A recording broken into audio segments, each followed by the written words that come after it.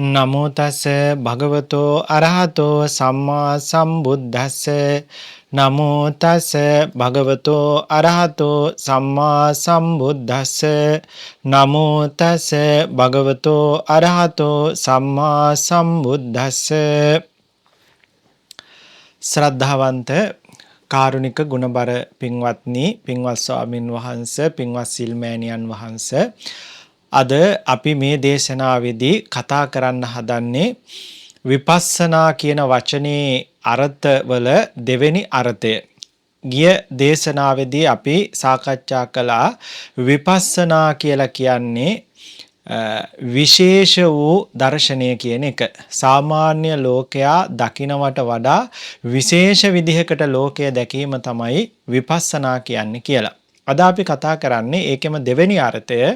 ඒ තමයි විවිධාකාර වූ විදිහට, විශේෂ විදිහට, විශේෂක් පමණක් නෙවෙයි, විවිධාකාර විදිහට මේ ලෝකය දැකීම විපස්සනාව කියන කාරණාව ඇතුලේ සිද්ධ වෙනවා. දැන් සාමාන්‍යයෙන් මේ ලෝකය අපි දකින්නේ එක ආකාරයකට. දැන් බලන්නකෝ, අම්මා කියන කෙනා අපේ S2 ඉස්සරහට ආවට පස්සේ අපි දකින්නේ අම්මා කියන එක වචනයකින් හඳුන්වන එක පුද්ගලයෙක් හැටියට. තාත්තා කියන කෙනා දකින්නේ එක පුද්ගලයෙක් හැටියට. පොත, පෑන, කැමරාව, ලයිට් එක, වටාත්ත මෙහෙම ගත්තාම මේ හැම එකක්ම අපි දකින්නේ එක බඩුවක් හැටියට, එක දෙයක් හැටියට තමයි අපි දකින්නේ. මේක තමයි එක ආකාරයකින් දැකීම තමයි අපි සාමාන්‍යයෙන් සිද්ධ කරන්නේ. නමුත් අපේ පින්වත්නි, මේ විපස්සනාව ඇතුළට එනකොට අපි ඒ දේවල් විවිධාකාරයෙන් දකින්නට මනස පුරුදු පුහුණු කරගන්නවා. නම් මේ බොහෝ දේවල්, හේතු ප්‍රත්‍ය ධර්ම බොහෝමයක්, ස්කන්ධ බොහෝමයක් එකට එකතු වෙලා ස්කන්ධ ගොඩක් තමයි අපි මේ එක දෙයක් වශයෙන් හඳුන්වන්නේ, එකාකාරයකින් හඳුන්වන්නේ. නමුත් ඇත්තට මෙතන තියෙන්නේ ගොඩක් දේවල් එකට එකතු වෙලා, හේතු ධර්ම, ඵල ධර්ම, ස්කන්ධ ධර්ම, ආයතන ධර්ම, මේ ආදි වශයෙන් ගොඩක් ධර්මතා එකට රාශි වශයෙන් මේ හිස් අවකාශයේ ගොඩ ගැහිලා තමයි අපට එකක් වශයෙන් මේ ලෝකේ දේවල් පේන්නේ. සාමාන්‍ය ලෝකයාගේ දැකීම තමයි එකාකාරයකින් මේ දේවල් දකින එක. මේ අම්මා, මේ තාත්තා, මේ පොත පෑන කියලා එකාකාරයකින් මේ ලෝකය දකින එක සාමාන්‍ය ලෝකයාගේ දැක්ම. හැබැයි මේ විපස්සනාව කියන වචනේ කියනවා විවිධාකාරයෙන් මේක දකිනවයි කියලා. දැන් අම්මා කියන කෙනා ගත්තාම මේ අම්මා කියලා කියන්නේ ස්කන්ධ ගොඩක් කියලා ඔන්න විවිධාකාරයෙන් දකිනවා. මෙතන තියෙන ස්කන්ධ ගොඩක් කියලා. එකක් නෙවෙයි, එක අම්මෙක් නෙවෙයි. මෙතන රූප ගත්තාම රූපත් ගොඩාක් තියෙනවා. පඨවි, ආපෝ, තේජෝ, වායෝ, වන්න, ගන්ධ, රස, ඕජා ආදි වශයෙන් මෙතන රූප ගොඩාක් තියෙනවා කියලා රූපවල විවිධාකාර දකිනවා. ඒ වගේම මෙතන නාම ධර්ම ගොඩක් තියෙනවා. වේදනා, සංඥා, සංස්කාර, විඥාන, ඊළඟ එතන ලෝභ, ද්වේෂ, මෝහ, අලෝභ, අද්වේෂ, අමෝහ ආදී වශයෙන් මෙහෙම කොටස් වලට බෙදා විවිධාකාරයෙන් මේ අම්මා දිහා බැලීම මේ විපස්සනාවේදී සිද්ධ කරනවා. ඒ විතරක් නෙමෙයි, ඒ රූපයන් වේවා, ඒ නාම ධර්ම වේවා, ඒවා අනිත්‍ය ආදී වශයෙන් පොදු ලක්ෂණත් විවිධාකාරයෙන් දකින. මේක මේ විදිහෙන් අනිත්‍ය වෙනවා, මේ විදිහෙන් දුක්ඛ වෙනවා, මේ විදිහෙන් අනාත්ම වෙනවා, මේ විදිහෙන් ශුන්්‍යත වෙනවා. මේ විදිහට මේ සංස්කාර වශයෙන් ඒ සංස්කාරයන්ගේ විවිධාකාර පැවැත්ම, ඒ වගේම අතීත පැවැත්ම, වර්තමාන පැවැත්ම, අනාගත පැවැත්ම, ඒ වගේම වගේ හේතු ධර්ම, ඵල ධර්ම. ඉතින් මේ විදිහට අපේ පින්වත්නි, ඒ අම්මා කියන කෙනාව විවිධාකාරයෙන්, විවිධ කෝණයන්ගෙන්, විවිධ පැතිවලින් බැලීම මේ විපස්සනාවෙන් සිද්ධ කරනවා. එහෙමනම් එකම ධර්මතාවයක් වශයෙන් මේ ලෝකයා එකාකාරයෙන් දකින යම් දෙයක් හෝ යම් පුද්ගලයෙක් හෝ යම් කාරණාවක් තියෙනවා නම් ඒක විවිධාකාරයෙන් දැකීම මේ විපස්සනාවෙන් සිද්ධ කරනවා. දැන් සාමාන්‍යයෙන් පර නැති දෙයක් ගත්තොත්, පොතක් ගත්තොත් සාමාන්‍යයෙන් අපි හැම වෙලාවෙම හැඟීම් දැනීම් පහළ වෙන්නේ, අපි කල්පනා කරන්නේ පොත කියන එක එකක් හැටියටනේ. කවදාවත් අපිට පොත කියන්නේ මේ ගොඩක් කියලා එහෙම හැඟීමක් ඇති වෙන්නේ නැහනේ. හරියට බැලුවොත් දැන් මේ පොත කියලා කියන්නේ පිටු ගොඩක එකතුවක්. ඊළඟට එක එක පිටුවක් ගත්තොත් පුංචි පුංචි පිදුරු ගස්වල නැත්තම් පුංචි පුංචි කෙඳිවල එකතුවක්. ඊළඟට එක එක කෙන්දක් ගත්තොත් පුංචි පුංචි පිටි කුඩු පුංචි ගස් කුඩු වල එකතුවක්. මේ එක එක කුඩුවක් ගත්තොත් ඒවා රූප කලාප කෝටි ප්‍රකෝටි ගණනක එකමුතුවක්. ඉතින් මේ විදිහට මේ කියන කෝටි ප්‍රකෝටි ගණනක් රූප කලාප මිස පුංචි කුඩුව කියලා එකක් මේ ලෝකේ නැහැ. ඊළඟට පුංචි කුඩු ගොඩක් මිසක පුංචි කෙන්දක් කියලා එකක් නැහැ. පුංචි කෙඳි ගොඩක් මිසක පිටුවක් කියලා එකක් නැහැ.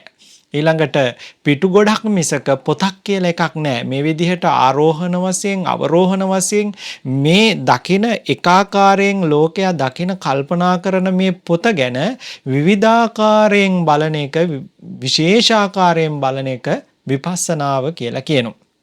ඒ වගේම තමයි යම්කිසි ක්‍රියාවක් කරනකොට කාරණාවක් ක්‍රියාවක් කියන එකක් ගත්තොත් ඒකත් ඒ විදිහට විවිධාකාරයෙන් බලනවා. ගිය දේශනාවෙදිත් මම ඔයාලට ඒක විශේෂ දර්ශනය ඇතුළේදීත් පැහැදිලි කළා. එතන අත උස්සනවා කියන එක දෙයක් හැටියට සාමාන්‍ය ලෝකයා දැක්කට එතන තියෙන්නේ ක්‍රියා ගොඩක එකතුවක්. ඒ වගේම ඇත්තටම අපි හිතන්නේවත් නැති ඉපදීම් බිඳීම් කියන රූප ධර්මයන්ගේ සංසිද්ධියක් භ්‍රමණ වේගයක් පමණ ඉපදීම් බිඳීම් කියන ඒ සංසිද්ධිය පමණයි එතන පවතින්නේ. ඒ අනුව අපේ සිතේ මැවෙන මායා දර්ශනයක් පමණයි අත ඉස්සීම කියලා කියන්නේ. ඉතින් ඒක අවබෝධ වෙන විදියට විවිධ පැතිකඩ වලින් විවිධාකාරයෙන් මේ ක්‍රියාව දිහා බැලීම මේ විපස්සනාවේදී සිද්ධ කරනවා. උදාහරණයක් වශයෙන් ගත්තොත් අපි සක්මනේදී දැන් මම මේ ටයිල් එකේ මෙතන ඉන්නවා.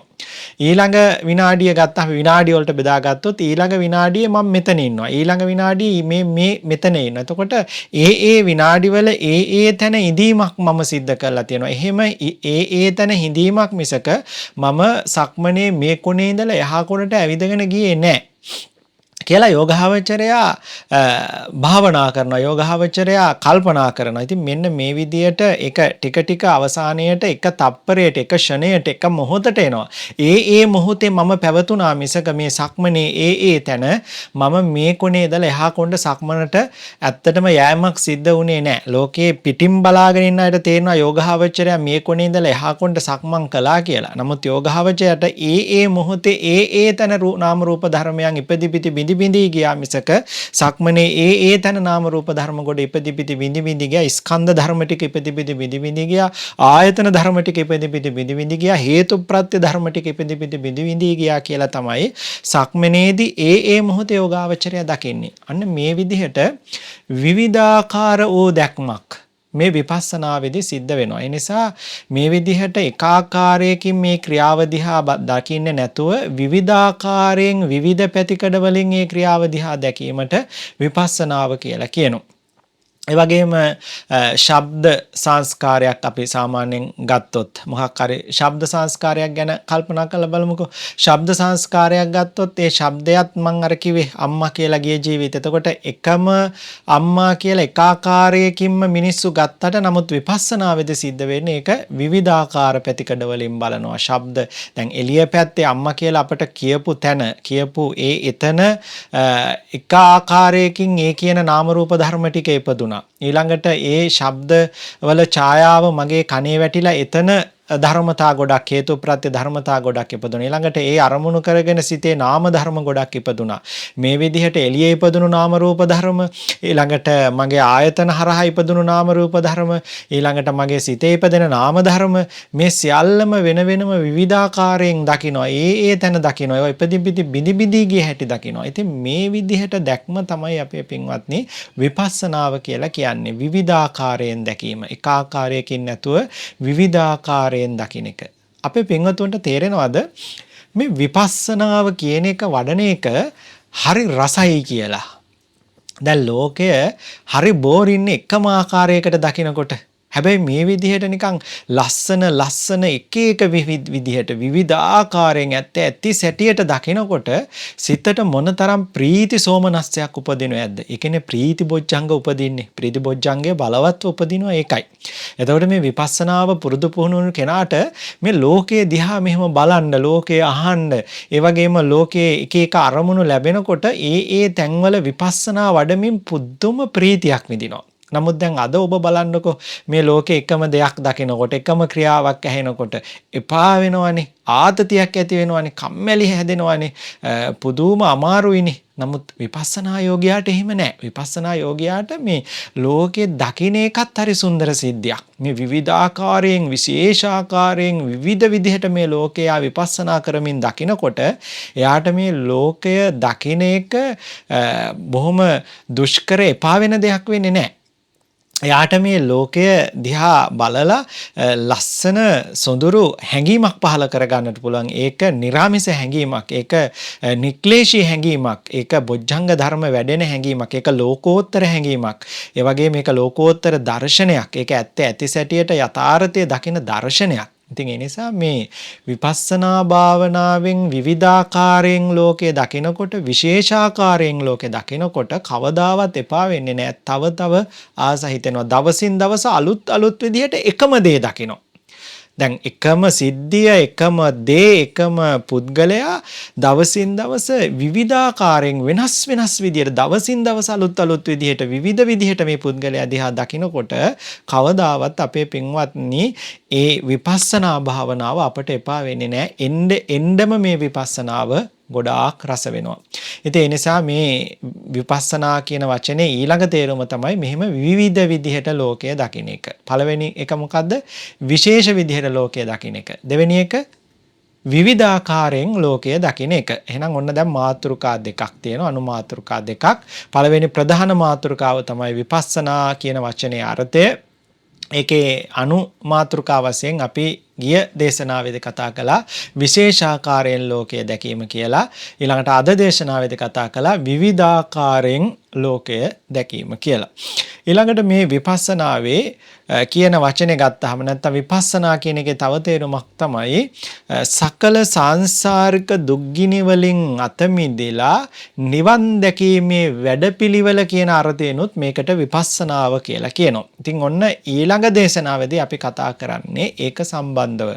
දැන් ඕක ඇහුනහම ඕක අපි දන්නවනේ කියලා හිතන්න එපා. ඊළඟ දේශනාව අහන්න ඔයාලා නොදත් කාරණා ටිකක් ඔය කියන වචනේ ඇතුලේ අපි කතා කරනවා. ඒක දැනගන්න ඔයාලට පුළුවන් වෙන නිසා ඊළඟ දේශනාවත් අනිවාර්යයෙන්ම මේ දේශනා මාලාව පිළිවෙලට අහන්න. ඔබ ලැබපු බුද්ධෝත්පාදය අපත යන්නේ නැහැ. ඒක අර්ථවත් වෙනවා. බුදුරජාණන් වහන්සේ ජීවමානව මුණ ගැහුණා හා සමානවම ඔබට මේ නිවන් මාර්ගය පිළිබඳ හොඳ හසල විසඳ දැනීමක් ඇති වෙනවා මේ දේශනා මාලාව ශ්‍රවණය කළාම.